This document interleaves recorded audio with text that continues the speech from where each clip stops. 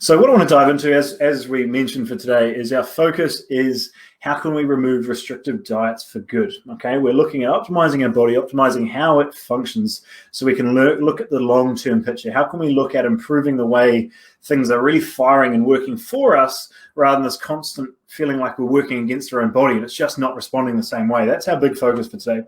So before we dive into that, the main question I want to ask you today is going to be around this little diagram here. And what ideally we want all of you to be in is the top right-hand quadrant, which would be consistent and focused. Now, hopefully most of you aren't in the consistent nor focused because you're at least watching this video. You're actively pursuing some form of knowledge, some information that might help you moving forward. So hopefully a lot of us aren't in this position. So what we're looking at is ask yourself, are you in the area where you feel like you're consistent, you're putting in the work, you're counting your food or you're exercising every day, but things aren't working like they used to? You don't feel like you've really found that direction. You don't really feel like you've found something that works, or maybe it used to work, but it no longer works. Are you in that quadrant? Or are we in the bottom right, where maybe we're focused, but we're not consistent? So we're diving into all this information. We're asking 10 different coaches a question. We're finding all these conflicting beliefs, which means we get stuck in our tracks and we don't even take the first step. We don't feel like we're able to move forward because we don't know what that first step is. Okay, so my goal with today and with these calls in general is to really make sure that we focus on getting you to that top quadrant by thinking around how can I just put something in action every day, really feel like I'm moving forward, really able to show up for myself, and I feel like I've got direction. I know what's going to work, what's going to really help me move forward. And that's what I want to help with you today. Hey, Lewis, great to have you. So what I want to dive into is where do you feel like your focus has been? Is it been, and we're going to focus this completely around the dieting and what those strategies might be. And a lot of the focuses are either calorie counting of some sort of, whether that be a point system, whether that be MyFitnessPal, whatever it might be, you're focused on how many calories you're eating in the day, okay? So you think that this is how much you burn, and this is how much I need to eat in order to drop body weight. So a basic deficit, right? And everybody knows that apparently we need to be in a deficit to drop weight, but there's plenty of ways of getting there. The other part to this, which I'm seeing increasingly common, is the fasting windows. And I think there's certainly a benefit to this with some autophagy, I can't even say the word, but rejuvenation of cells, repairing of the gut lining, and in small quantities, it can be quite useful if we're looking at this long-term picture and making sure the body is really healthy.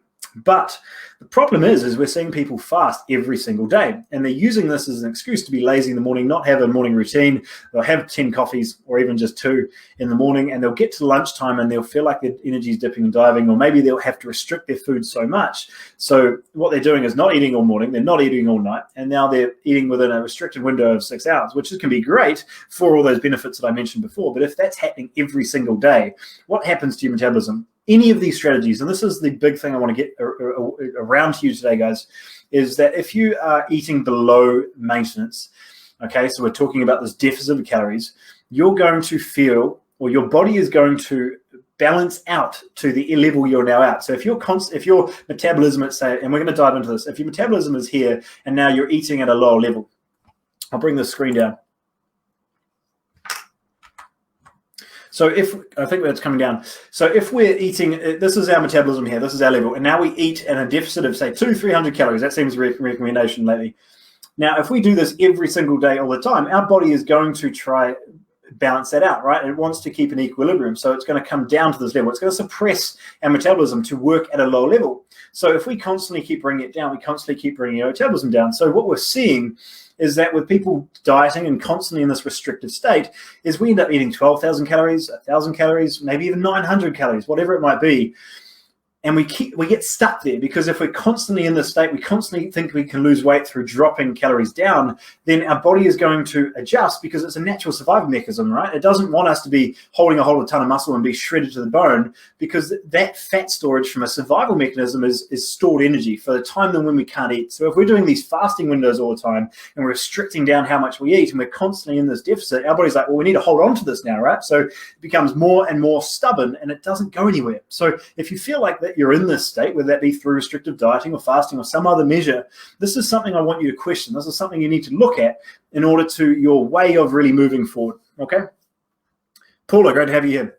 So that's the main thing I want you to get across. I really hope that makes sense in this understanding of when you suppress your calories down, you suppress how much, or you restrict how much you're eating, what's happening is we're looking at what's really going on more inside the system. So how can we upregulate things? How can we get them working for you rather than constantly suppressing that down? Okay.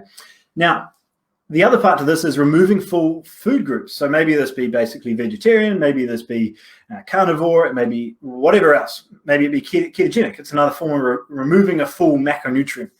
And that's not something that I agree with. And you can have all your beliefs. You can have your, what may be from whatever your belief is around food or animals, whatever. We're looking at performance. We're looking at how we can improve your body and your health. So all of that aside, whatever those are, I want to look at what the issue is with that. Okay. And now if the biggest belief I want to get across here, or thought process I have, is if there's extremes at both end on how amazing these two things are. So people think that because there's certain chemicals in leaves and these veggies, that's going to have a toxic effect on the body, especially if our gut isn't working the right way. So maybe we shouldn't eat veggies. And if we come over onto this side, apparently meats are bad for us, and apparently saturated fat's bad for us. And I'll say you right now, that's all bullshit. But if you feel like on either of those spectrums, there are very extreme views on why this or that is right. And you can just go to a movie called Game Changers to give a explanation on why vegetarian works. You can find 3 people in the world that are absolute 1% of what can be done on vegetarian, and now apparently everyone has to eat this way. So at the end of the day, we are all different, and we've got to realize that there is a spectrum from full just carnivore to full vegetarian or even vegan.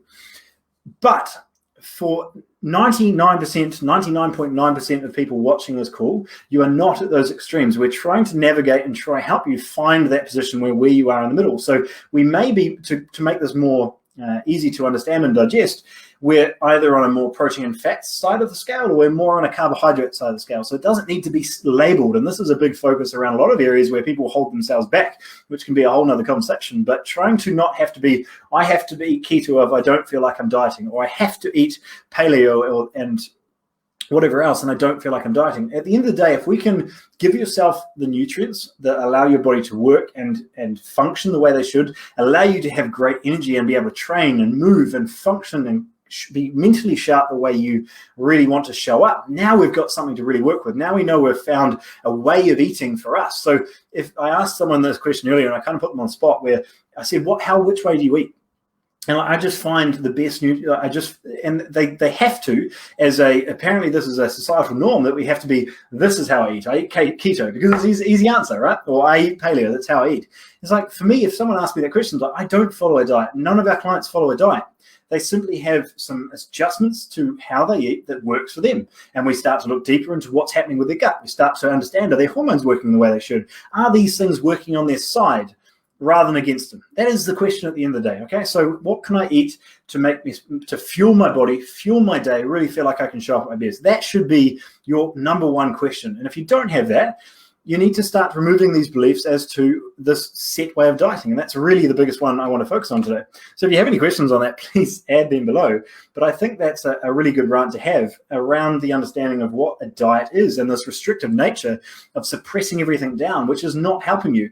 And the goal we have with our clients is how we can upregulate these things. How can we get things working again? Because chances are you're watching this and you're over 35 at least, usually. And you're finding that things aren't working the same as they used to, right? So what can we do to improve this system, really allow these hormones to work the way they should, make sure the gut's really functioning, and all these other factors that come into making sure you can show up as your best and feel energetic, feel really, really good in your own skin. Now we can start to look at those adjustments with food groups and inflammatory markers in the way you eat that are maybe holding you back from being able to move forward. That, at the end of the day, is how you should be thinking about food. Okay, so this is going to be a really important section, and I was going to just reserve this for private clients, but I think it gives you a really good understanding of what I was just talking about, of this idea of upregulating everything, getting the system working at its best rather than constant suppression, okay? So how do you burn your energy, i.e. some people might call this calories. So as you see on this chart, we've got 4 areas of how we burn calories.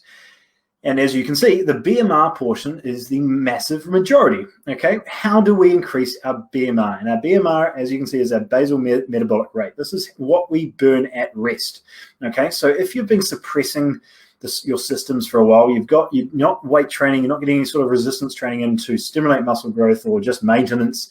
You're not eating well to regulate your hormones, regulate the way your body functions. You've got this massive majority that's going to be 60, 70% of your energy burnt is now going to be suppressed, okay? As you can see, we'll dive into this in more weeks if you find it interesting, but everyone's worried about exercising off, right? Burn it off. Look how small that chunk is, okay? Just by the exercise activity thermogenesis, the big mouthful there, that is a very, very small majority. We're looking at 5 to 10% at most, okay? We've got non-exercise activity, so maybe that be cleaning the house or whatever, or moving things around or walking, just basic day-to-day activities. And then we've got our thermic effective food. So look at things like fasting. If you're only eating for 6 hours a day, you're now suppressing that portion down, which, as you can see, is even bigger than the exercise portion of what you're doing, okay?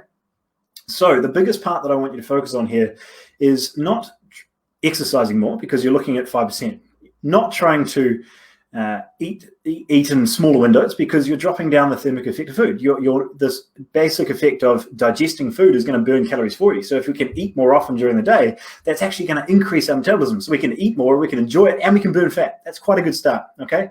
But the big thing I want you to focus on here is what you're doing in the way of exercise. And this is something I find really interesting, and I think you should really, really focus on, because it's this massive portion, and it's not just my opinion. This isn't Ollie's way. This is just straight fact. Look at that chart. Look at what we're looking at, because if we start to get this understanding of, if we can upregulate our basic metabolic rate, what's happening at that baseline without having to do a whole lot of extra stuff, now we really feel like our body's working for us. And if you don't feel like it's working with you, that's that portion that's missing. So if you've had this constant restriction of dieting, you constantly felt like things are not working the way they used to, or you don't have the energy, and you actually start bringing down those other portions, like the non-exercise related thermogenesis, because you don't feel like doing a walk or cleaning the house or doing those productive things in your day. So you start suppressing all these other areas, which really mean that no matter how much exercise you do in a day and how many calories you burn on your treadmill, it doesn't allow you to move forward. It doesn't feel like your body's working with you. And that's our big focus, is how can we upregulate everything rather than suppressing things down. And that is what 99% of the industry is doing right now. If we can get things working and getting them up, now we have a chance. Now we have a working chance that in our 40s, 50s, 60s, and even 70s to drop the weight, feel amazing, feel like we feel strong and ready to tackle the world. That's our big focus, right? Is that all making sense, team? From the people watching, let me know if that is on track. That's something that is making sense for you. Cool. So the main thing I want to touch on here was, and this is going to be very short, but this is how we do it. So I've pulled down your thought process around what's going on in the system and why those areas may not be most favorable. And this is how we focus on, okay? The first part is removing those health anchors, right? So what are you doing right now that's working, and what are you doing right now that's not? Okay, let's remove these areas that we feel like are causing more inflammation or causing more damage than good.